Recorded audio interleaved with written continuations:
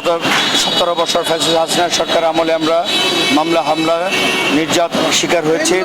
আমরা ঘরবাড়ি থেকে বিতাড়িত হয়েছি। প্রিয় ভাইরা, তারই ধারাবাহিকতায় ছাত্র বৈষম্য আন্দোলনের মধ্য দিয়ে এবং আমাদের দেশনায়ক বিএনপির ভারপ্রাপ্ত চেয়ারম্যান 18 কোটি মানুষের নয়নের মধ্যে হৃদয়ের স্পন্দন দেশনায়ক জনাব তারেক রহমানের দিক নির্দেশনায় আমরা এই ছাত্রদের সাথে মিলে একাকার হয়ে গেছি। বাংলাদেশ জাতীয়তাবাদী ছাত্র দলের প্রায় 220 জনের মতো শহীদ হয়েছেন। আমরা তাদের রুহের মাগফিরাত কামনা করি। ছাত্রদল সহ যারা নিহত হয়েছেন, তাদের সাধারণ মানুষ ছাত্ররা যারা নিহত হয়েছেন, তাদের রুহের মাগফিরাত কামনা করি। মহান রাব্বুল আলামিন যেন তাদেরকে জান্নাতুল ফেরদৌস নসিব করেন। যারা অসুস্থ রয়েছেন দ্রুত সুস্থ হয়ে যেন আমাদের মাঝে ফিরে আসেন। প্রিয় ভাইরা আমার, দেখেছেন বৈষম্য বিরোধী ছাত্র আন্দোলন যখন তাদের কোঠার আন্দোলন নিয়ে ডিবি অফিসে গ্রেপ্তার হয়, তখন তারা নাহিদ সার্জিস হাসনাত আবদুল্লাহ তার আন্দোলন ছেড়ে দিয়েছিলেন। ঠিক সেই মুহূর্তে এই আন্দোলনের হাল ধরেছিলেন দেশনায়ক জনাব তারেক রহমান। তার দিক নির্দেশনায় বাংলাদেশের গণতন্ত্র উদ্ধারের লক্ষ্যে এক দফার আন্দোলন শুরু হয়। সেই আন্দোলনে সবচাইতে বেশি ভূমিকা অগ্রনায়ক জনাব তারেক রহমান এবং আমাদের গাজীপুর মহানগর বিএনপির বিপ্লবী সভাপতি জননেতা শওকত হোসেন সরকার এম মঞ্জুরুল করিম রনি। তাদের নেতৃত্বেই তাদের দিক নির্দেশনায় আমরা গাজীপুরে ঝাঁপিয়ে পড়েছি। প্রিয় ভাইরা আমার, আমাদের অনেক নেতাকর্মী এখানে শহীদ হয়েছেন, গুলি খেয়েছেন।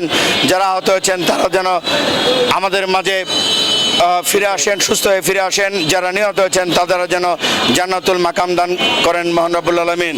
প্রিয় ভাইরা আমার, গণতন্ত্রের লড়াইয়ে বিএনপি সবসময় ঐক্যবদ্ধ ছিল। আমাদের দলের প্রতিষ্ঠাতা প্রয়াত রাষ্ট্রপতি শহীদ রাষ্ট্রপতি জিয়াউর রহমানকে বহুদলীয় গণতন্ত্রের প্রবর্তক বলা হয়।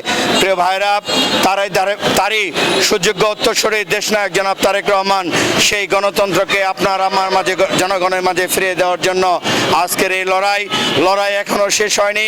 গণতন্ত্রকে নস্যাৎ করার জন্য এখনো যারা ষড়যন্ত্রে লিপ্ত রয়েছেন তাদেরকে হুঁশিয়ারি উচ্চারণ করে দিতে বলতে চাই।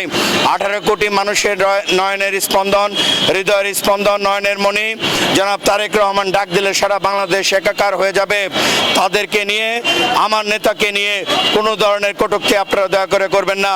সমালোচনা করবেন অবশ্যই ভদ্রতার সাথে, শালীনতার সাথে আপনারা সমালোচনা করবেন। তার ধারাবাহিকতায় আপনারা দেখেছেন গত পরশু দিন বাংলাদেশ জাতীয়তাবাদী ছাত্রদল যে মিছিল করেছে, আপনারা বলেছেন তারুণ্যের সমাজ আপনাদের দিকে। আমি আপনাদের ধিক্কার জানাই, আপনাদের এই কথা মিথ্যা। তারুণ্য এবং যুবকরা সবচাইতে বেশি বাংলাদেশ জাতীয়তাবাদী দলের ধানের শীষের পতাকা তলে ঐক্যবদ্ধ রয়েছে বলে আমরা বিশ্বাস করি।